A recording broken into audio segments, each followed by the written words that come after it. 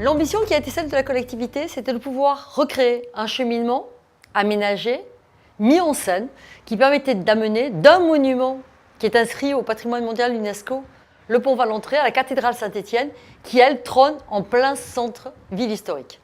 Et rien ne laisse supposer, quand on découvre le site, qu'on a une ville médiévale à l'arrière. Eh bien, c'était d'accompagner le cheminement.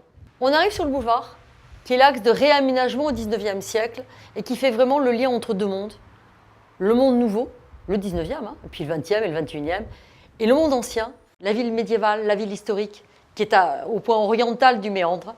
Donc on va traverser, on va passer devant une halle qui a été construite au milieu du XIXe siècle, qui est devenue une halle alimentaire dans les années 30, 1930, qui l'est toujours et qui fait l'objet maintenant d'un projet, d'un avant-projet, pour accompagner les nouvelles pratiques.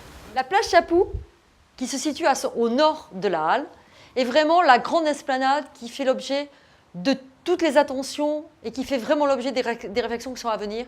On a un enjeu majeur de rendre cet espace à un usage autre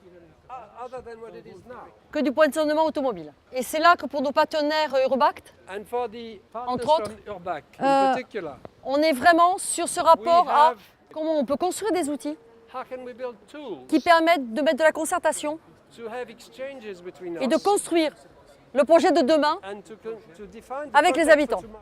Une des rues qui donne sur cette place abrite le bâtiment démonstrateur dans le cadre d'un programme européen qui s'appelle Sudoway et NERPAT et qui correspond à des programmes du sud de l'Europe.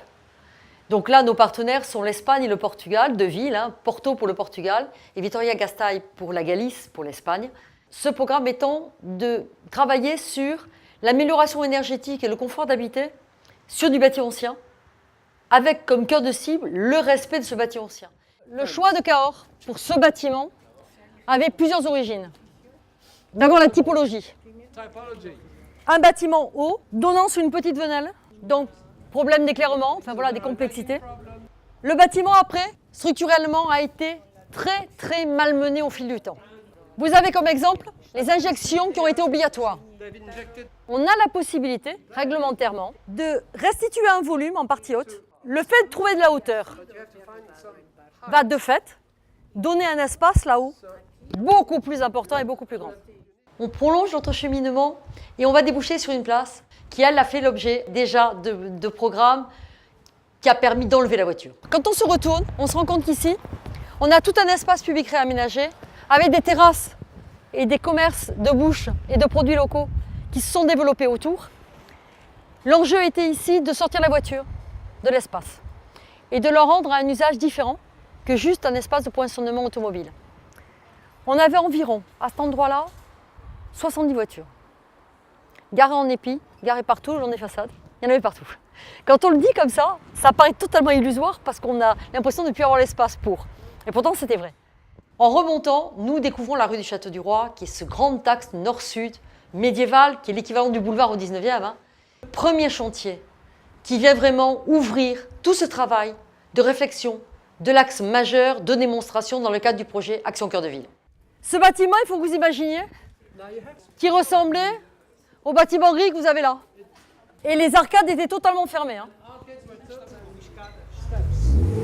Si bien qu'en fait, ils vont monter un mur, la partie arrière va devenir une cour, et ils vont remplir le vide dans lequel il y avait l'escalier pour monter de nouveaux appartements. Les arcades, par exemple, présentaient un commerce en bas, mais dans l'imposte, il y avait un logement. Dans la partie du fond où on aperçoit des démolitions, il y avait là aussi un logement qui était peu éclairé, mono-orienté, très compliqué. Vous imaginez qu'alors maintenant, le projet, c'est un logement au premier étage sur rue, et dans le bâtiment sur cour, il y aura un logement par étage. C'est travailler avant tout sur la qualité d'habiter dans son volume, mais aussi dans son environnement immédiat. On est dans un bâtiment historique majeur, bâtiment patrimonial fort, et quand on veut travailler sur des restitutions, on se rend bien compte qu'on va aussi amener de la qualité d'habiter telle qu'on la conçoit aujourd'hui. Plus de lumière. On va en effet passer de 8 logements à 3, avec un confort d'habiter dans les volumétries.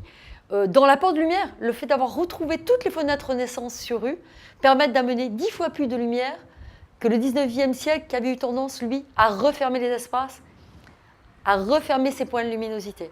Là, c'est un premier témoin fort, un premier acte fort, et qui est accompagné aussi, qui permet d'alimenter la réflexion à travers un programme européen qui s'appelle Urbact, qui en fait mobilise 9 pays européens, qui permet d'accompagner les collectivités sur l'acquisition d'outils pour co-construire avec les habitants, avec les citoyens, les projets, les co-construire aujourd'hui pour demain.